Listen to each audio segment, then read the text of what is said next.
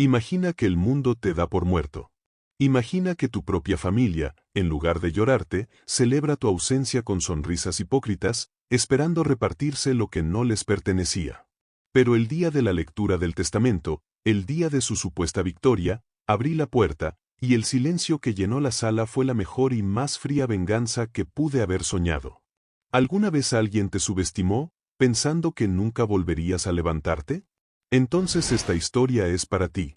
Suscríbete, deja tu like y comenta, porque aquí no contamos simples relatos, aquí vivimos venganzas que hacen justicia donde antes solo hubo traición. Mi nombre es Mateus, y todo comenzó hace 3 años, cuando mi vida, una vida que yo creía sólida y próspera, se desmoronó. Para entender la magnitud de la traición, primero deben comprender el mundo que yo había construido. No nací en cuna de oro.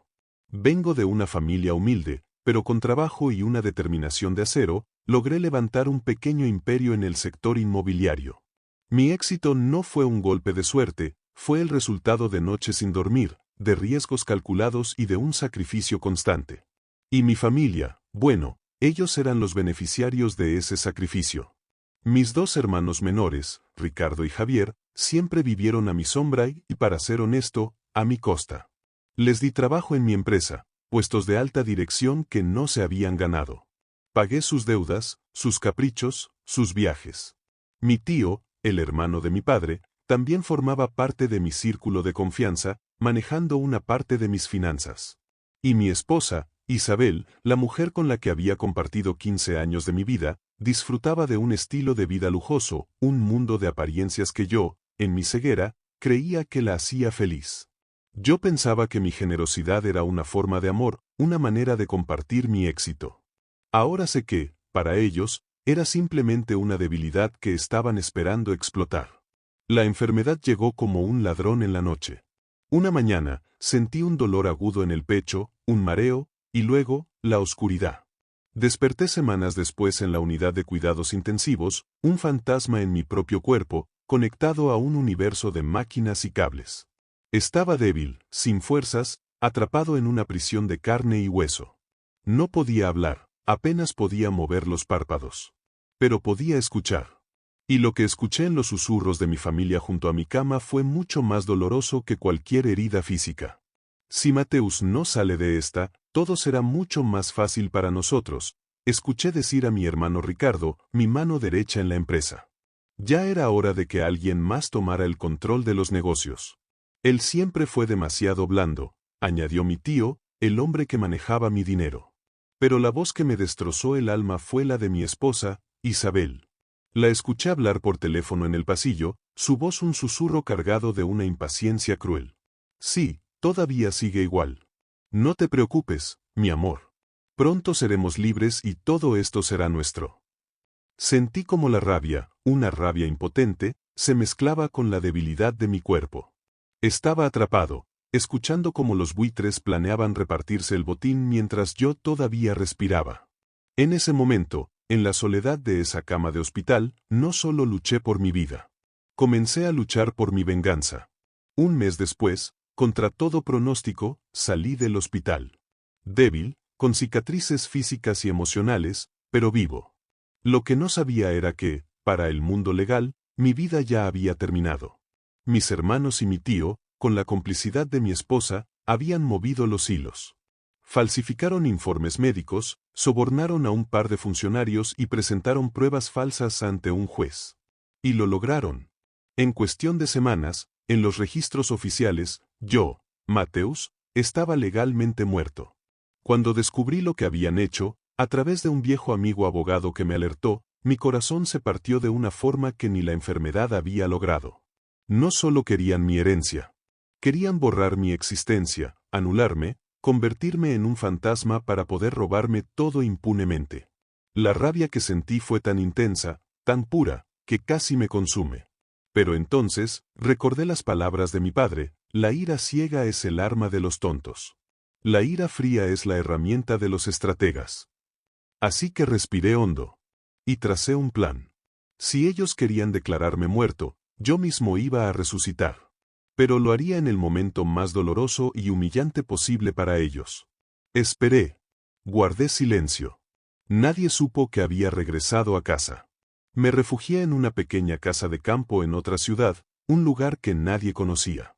Y desde allí, comencé mi contraataque. Reconstruí mi fuerza física con una disciplina espartana. Y con la ayuda de mi abogado, comencé a reunir los documentos legales que probarían no solo que estaba vivo, sino también la conspiración que habían tejido a mis espaldas. El testamento de mi padre, un documento que debía leerse tras la muerte de mi madre, quien había fallecido años atrás, pero que se había pospuesto, sería el escenario perfecto. Mis hermanos, al declararme muerto, habían forzado la lectura de ese testamento, creyendo que, como único heredero vivo, Ricardo, el mayor después de mí, se quedaría con todo. La fecha estaba fijada. Y allí estarían todos, mis hermanos codiciosos, mi tío traidor y mi esposa, sí, mi esposa, que había firmado como testigo principal de mi muerte. Llegó el día. Llegué a la notaría una hora antes, hablando en privado con el notario, un hombre íntegro y amigo de mi padre. Le mostré las pruebas, mi documento de identidad, los informes médicos de mi recuperación. Su rostro pasó de la incredulidad al asombro, finalmente, a una indignación contenida. Acordamos el plan. Entré en la sala de juntas cuando ya estaban todos reunidos. Llevaba un traje negro impecable, el mismo que había usado en el funeral de mi padre. Mis pasos resonaban, fríos y deliberados, sobre el suelo de mármol. Afuera, el cielo estaba gris, como si el universo mismo estuviera presenciando el juicio que estaba a punto de comenzar. Abrí la puerta. El silencio que se produjo fue absoluto, denso, casi sólido. Mi hermano Ricardo, que sostenía una copa de champán para celebrar por adelantado, la dejó caer. El sonido del cristal haciéndose añicos contra el suelo fue el único ruido en la sala. Mi esposa, Isabel, palideció, su rostro una máscara de terror puro. Mi tío se atragantó con su propia saliva. El notario, fingiendo sorpresa, tartamudeó, pero, señor Mateus, usted está muerto. Sonreí. Una sonrisa fría, sin alegría. Eso es lo que todos ustedes quisieron creer. Pero como ven, a veces los muertos tenemos asuntos pendientes. Me senté en la cabecera de la larga mesa de caoba, en el lugar que me correspondía, dejando claro que la reunión, a partir de ese momento, ya no era de ellos. Era mía. Mateus, hermano, podemos explicarlo, balbuceó Ricardo, mi hermano mayor, el nuevo patriarca. ¿Explicar? Respondí, mi voz tranquila pero cargada de acero. ¿Explicar qué? ¿Cómo falsificaste mi firma en la declaración de defunción? ¿Cómo se repartieron mis propiedades, mis acciones, mis cuentas bancarias, mientras yo luchaba por respirar en un hospital? ¿O quizás quieres explicar cómo celebraron mi muerte sin derramar una sola lágrima sincera? Nadie respondió. El peso de la verdad los aplastaba, los asfixiaba. El notario, siguiendo nuestro guión, confirmó lo que ya sabíamos. La declaración de mi muerte era nula, y con las pruebas médicas recientes, quedaba legalmente claro que yo estaba vivo. Todo lo que habían usurpado, volvía a mis manos. Pero yo no. Me detuve allí. Los miré a cada uno a los ojos, uno por uno, saboreando su miedo. No se preocupen, no voy a pelear para recuperar los coches que ya vendieron o las joyas que empeñaron.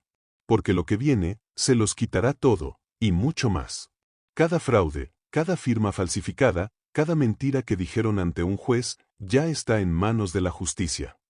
Puse sobre la mesa un sobre grueso lleno de copias de los documentos que probaban su conspiración, y se lo entregué directamente a un hombre que había entrado en la sala en silencio y se había sentado en un rincón.